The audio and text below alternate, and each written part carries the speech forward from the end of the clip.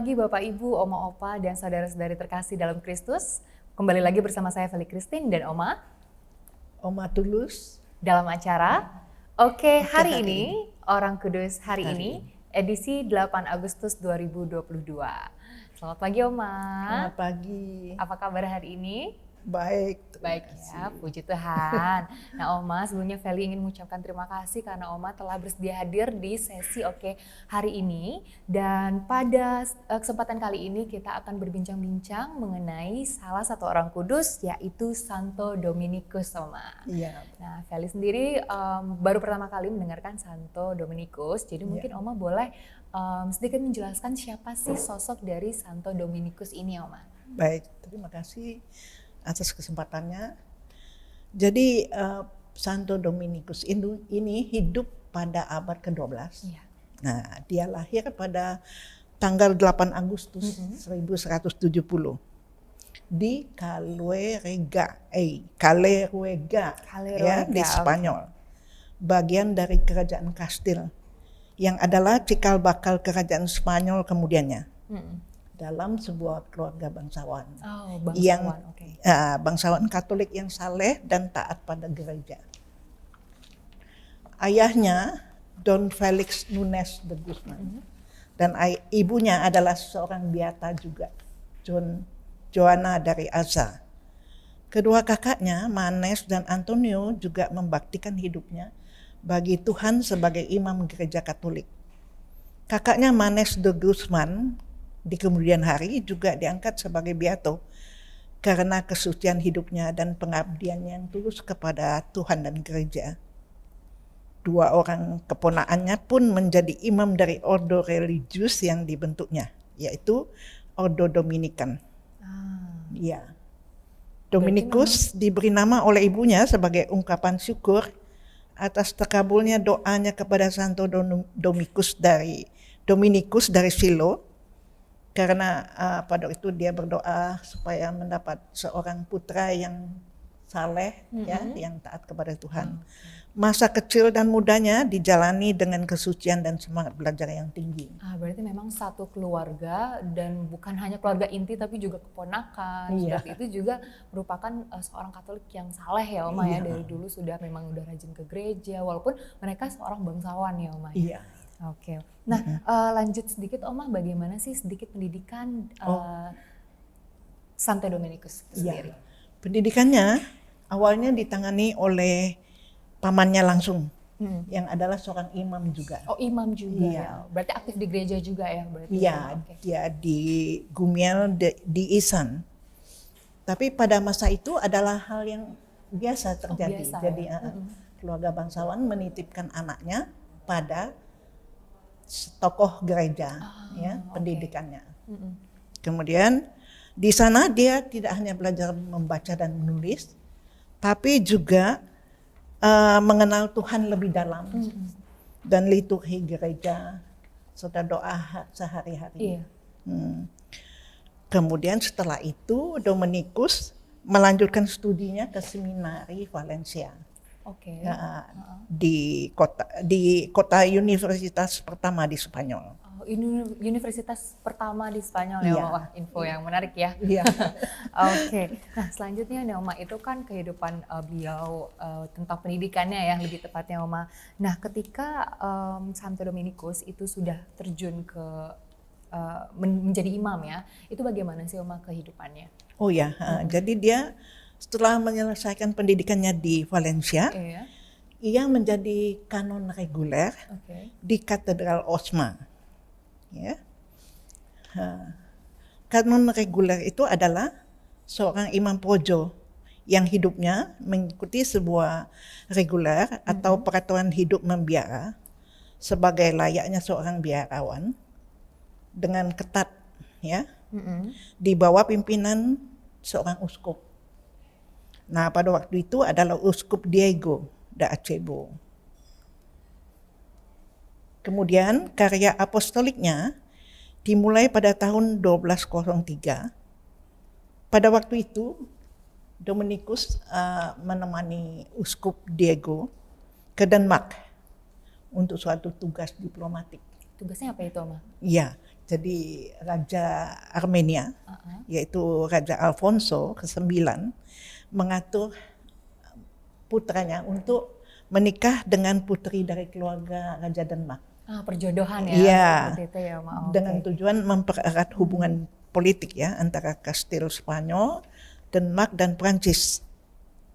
Tapi justru dalam perjalanan itu, tepatnya di Toulouse, Prancis Selatan, mereka bertemu dengan bid'ah Albigensianisme. Albigensianisme ya, Ma. Iya, itu suatu aliran yang merongrong ajaran iman Katolik yang benar. Berarti anggaplah itu aliran sesat begitu ya, Ma ya. Iya, jadi aliran yang sangat berlawanan dan aliran ini mengajarkan bahwa segala yang jasmani itu jahat. Iya. Ajaran tentang gereja, tentang Tritunggal Maha Kudus, peristiwa penjelmaan dan penebusan umat manusia dalam pribadi Yesus Kristus diingkari. Juga semua sakramen ibadat apa saja yang merupakan ungkapan iman gereja Katolik ditolak oleh mereka. Dan karena sangat fanatik, para penganut aliran sesat ini tanpa segan-segan merusak gereja-gereja, membakar biara juga, dan membakar semua gambar-gambar kudus dan salib begitu. Separah itu ya, Ma. Iya. Okay. Mereka sangat terampil dalam menyebarkan ajarannya sehingga banyak menarik umat juga menjadi pengikut mereka. Berarti saking mereka jagonya untuk mempengaruhi orang, bahkan orang-orang yang awalnya percaya dengan Kristus itu malah berbelok gitu ya, Ma ya, ikut ajaran sesatnya. Iya. Kira-kira kenapa tuh? Kenapa Iya. di umat Katolik itu gampang banget istilahnya untuk waktu itu juga ya, karena memang pada waktu itu imam sangat sedikit juga. Jadi yang bisa membantu masyarakat untuk tetap pada imannya itu mereka sangat sedikit. Kemudian pengetahuan mereka untuk mewartakan Injil juga tidak bagus ya. Jadi tidak bagus. Jadi kemudian juga uskup yang di sana juga yang di Prancis itu tidak terlalu acuh dengan kejadian yang tidak baik itu. Ya. Nah, kemudian jadi pada waktu itu sangat gereja serta hierarkinya dan umat Katolik pada waktu itu sangat kacau dan terancam. Malahan banyak kaum bangsawan yang menjadi kepercayaan masyarakat pada waktu itu menjadi pengikut aliran sesat itu. Bahkan bangsawan juga terjun ke sana gitu ya. Wah, itu sudah parah banget sih terdengarnya ya. Kemudian tapi Uskup Digo dan Dominikus tetap memberikan semangat dan mendorong para imam pengkhotbah utusan Paus tetap menjalankan tugasnya mewartakan Injil Kristus walaupun banyak rintangan. Malahan Dominikus pada waktu itu dia menginap di suatu penginapan. Dia berdiskusi dengan pemilik penginapan yang beralih menjadi pengikut mereka sampai semalaman dan sampai pada matahari terbit akhirnya pemilik penginapan itu jadi bertobat. Wah, luar jadi biasa. Kembali kepada iman Katolik. Wah, ini dari sini saja sudah terlihat ya bahwa sosok Santo Dominikus ini merupakan seseorang yang sangat sabar dan sangat teguh ya, Oma ya, atas imannya sendiri. Betul sekali. Jadi dia memang sangat teguh imannya. Betul sekali. Betul. Nah, selanjutnya nih Oma, dengar-dengar Santo Dominikus ini juga membuat suatu ordo ya, Oma. Itu kisahnya seperti apa, Oma? Jadi terdorong oleh kasus itu ya, jadi kasus kejahatan itu terhadap gereja dan juga memikirkan kekurangan imam yang handal. Jadi dia mendapat ilham untuk mendirikan suatu tarekat religius yang lebih memusatkan perhatian pada soal pewartaan sabda. Iya. Nah, pada tahun 1214 Dominikus menyatakan rencananya kepada rekan-rekannya, dan rekan-rekannya mendukung sekali idenya itu, dan Uskup Fuchs juga memberikan restunya. Sampai uskup juga sudah memberikan restu ya Iya. atas pembuatan ordo tersebut. Iya. Kemudian ordo religius ini dikenal dengan nama Ordo Predicatorum, yaitu ordo pewarta. Kemudian tapi lebih sering disebut Ordo Dominikan. Apakah ordo Dominikan itu masih ada sampai sekarang, Mama? Iya, Masih sampai ada sekarang. ya? Oh, Iya, oke. sampai sekarang mereka masih tetap karena mereka berkembang juga ya. Iya, betul. Oke. Pandangan yang dianut Ordo Dominikan ini sebetulnya pada masa itu merupakan hal yang belum dikenal. Oh, berarti sama sekali belum ada yang membuat ordo tapi dengan pandangan seperti itu Iya, ya, Mama? betul. Ya. Oke. Karena misinya sungguh merupakan sesuatu yang baru.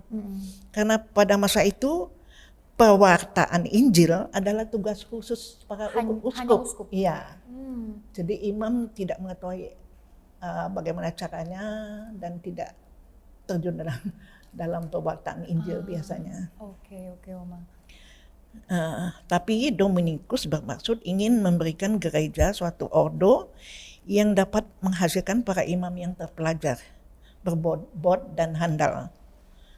Nah, kemudian pada waktu Dominikus bersama Uskup Fuchs mengikuti Konsili Lateran IV di Roma pada tahun 1215, mereka berbicara pada konsili itu, kemudian Sri Paus Innocentius ketiga berjanji meneguhkan berdirinya ordo ini. Tapi jadi dia menunggu Dominikus untuk menyusun dan merumuskan regulanya untuk ordo itu, kemudian pasti mereka akan mendukung gitu. Oke. Luar biasa.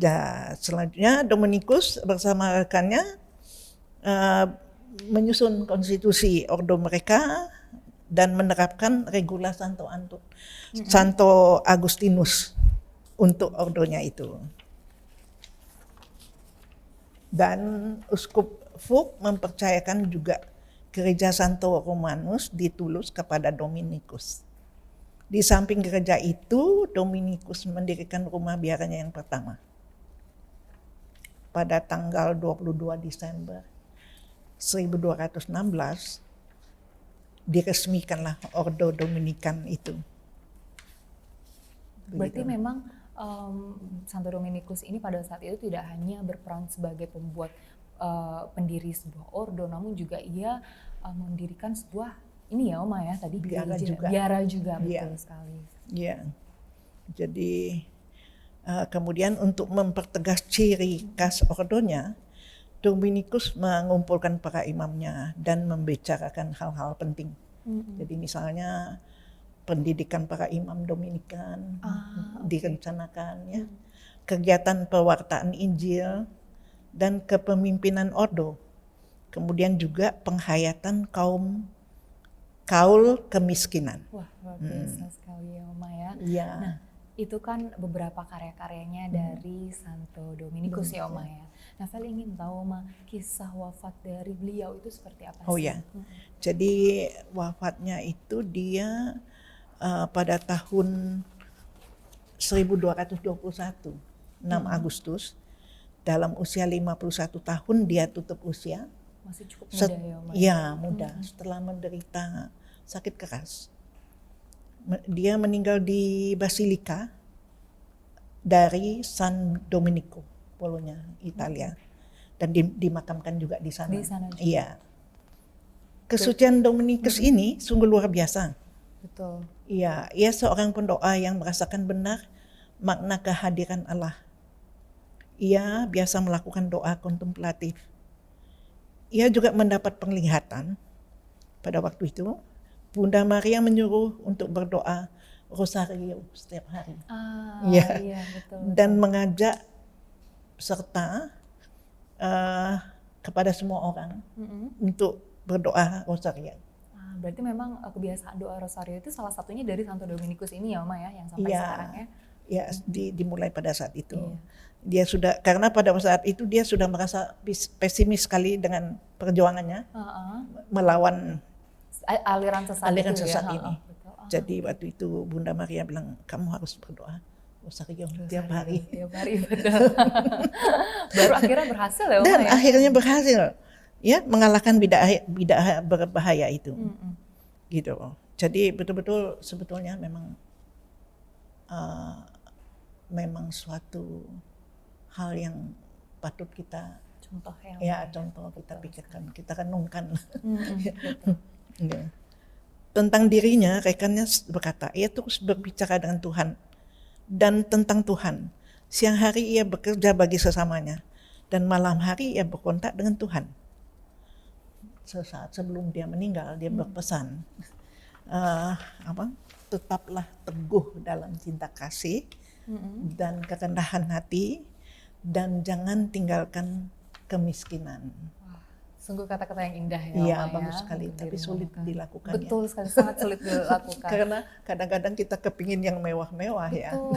Apalagi beliau ini merupakan seorang bangsawan kan, Oma. Itu sangat salah satu faktor yang kayaknya untuk kehidupan sekarang itu mustahil nggak sih dilakukan ya. Iya, kita betul. Kita sudah punya uang, kita mungkin nggak bakal balik ke kemiskinan seperti itu ya nggak sih, Oma? Maunya kan kaya semua. Betul, betul. Nah, pada tahun 1234, kemudian Paus Gregorius ke-9 menyatakan Santo Dominikus sebagai orang kudus dengan ordo Fransiskannya. Kedua ordo ini sangat berjasa besar untuk mendorong hidup dalam kekudusan para umat Kristiani. Gitu. Demikianlah mengenai Santo Dominikus yang kita peringati setiap tanggal 8 Agustus. 8 Agustus, berarti benar-benar pas hari ini ya, Oma ya. Iya. Kita peringati Hari Santo Dominikus, luar biasa. Terima kasih banyak, Oma, sudah bercerita, berngobrol-ngobrol sama Feli tentang Santo Dominikus. Tentunya cerita ini juga banyak membuka pikiran, membuka mata Feli ya atas bagaimana kita sebagai manusia itu janganlah sombong, itu pertama. Dan kita juga diajarkan, mungkin juga pemirsa yang ada di rumah banyak belajar banyak ya dari cerita hari ini, bagaimana kita diajarkan sebagai umat Katolik untuk selalu percaya akan iman kita, walaupun banyak sekali godaan-godaan yang terjadi di sekitar kita ya, Oma ya. Iya, seperti betul, tadi ada aliran sesat dan tidak mungkin juga kalau misalnya di hari ini kita tidak menemukan itu, pasti selalu ada aliran-aliran sesat, bahkan aliran-aliran yang tentunya juga bertentangan dengan Kristus. Nah, disitulah kita diuji ya, Oma ya, untuk selalu percaya, dan juga lagi-lagi kita diajarkan untuk selalu rendah hati walaupun kita memiliki uang yang banyak, walaupun kita sedang berada di puncak, namun kita juga harus sesekali melihat yang di bawah, membantu selalu, orang, harus jangan selalu sekali-sekali. Betul sekali. Tiap kali. Iya, harus tiap kali kita ingat itu ya. Kadang kan juga susah ya, Oma, namanya juga manusia, kadang terlalu terlena dengan hal-hal duniawi, padahal itu hanya bersifat sementara. Iya, betul. Oke, terima kasih banyak, Oma, sekali lagi untuk sesi hari ini, sesi yang sangat menyenangkan ya bersama Oma Tulus. Dan sebelum Feli menutup acara pada hari ini, kita berdoa bersama-sama ya, Oma ya. Dalam nama Bapa dan Putra dan Roh Kudus, amin. Santo Dominikus, doakanlah kami. Kemuliaan kepada Bapa dan Putra dan Roh Kudus, seperti pada permulaan, sekarang, selalu dan sepanjang segala abad. Amin. Dalam nama Bapa dan Putra dan Roh Kudus, amin. Oma, terima kasih sekali lagi sudah datang. Dan pemirsa, itulah dia kisah dari Santo Dominikus. Nantikan video-video kami selanjutnya dan sampai jumpa di acara Oke hari ini, Orang Kudus hari ini selanjutnya. Oke hari ini, oke hari ini.